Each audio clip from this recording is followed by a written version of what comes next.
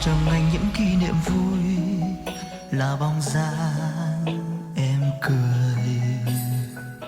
Giờ trong anh mỗi khi buồn đau là khi ta mất nhau. Còn trong anh mỗi khi mùa đông vòng tay em ấm nồng. Giờ trong anh mỗi khi lạnh câm là từng đêm nhớ em.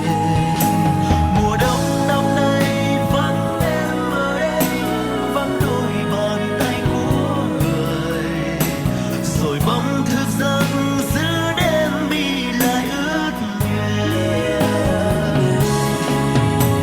Mùa đông ở đây vắng em để cho mùa đông tê tái. Làm sao anh quên em mỗi khi đông sang, lòng anh càng thêm nhớ em.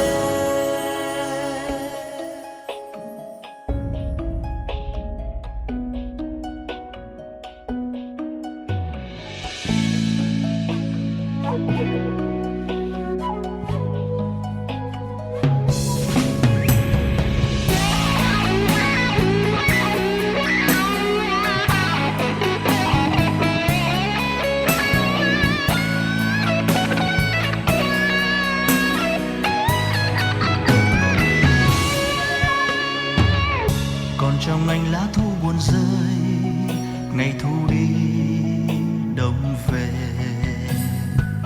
Giờ trong anh nhớ thương ta tới, ngày em đi mãi xa. Tình trong anh mỗi em mà thôi, một tình yêu mong đợi.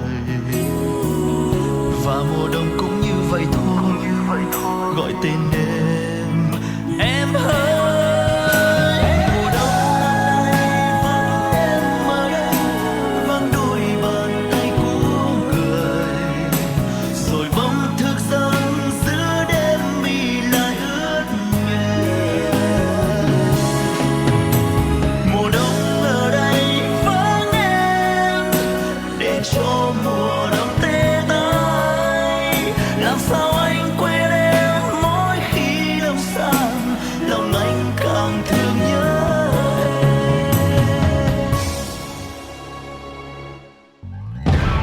Mùa đông năm nay vắng em ở đây, vắng đôi bàn tay của người, rồi bỗng thức giấc giữa đêm mi lại ướt nhòe.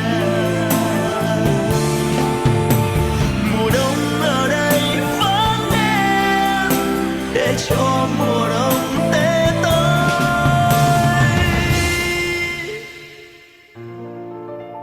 Làm sao anh quên em mỗi khi đông xa, lòng anh càng thương nhớ em.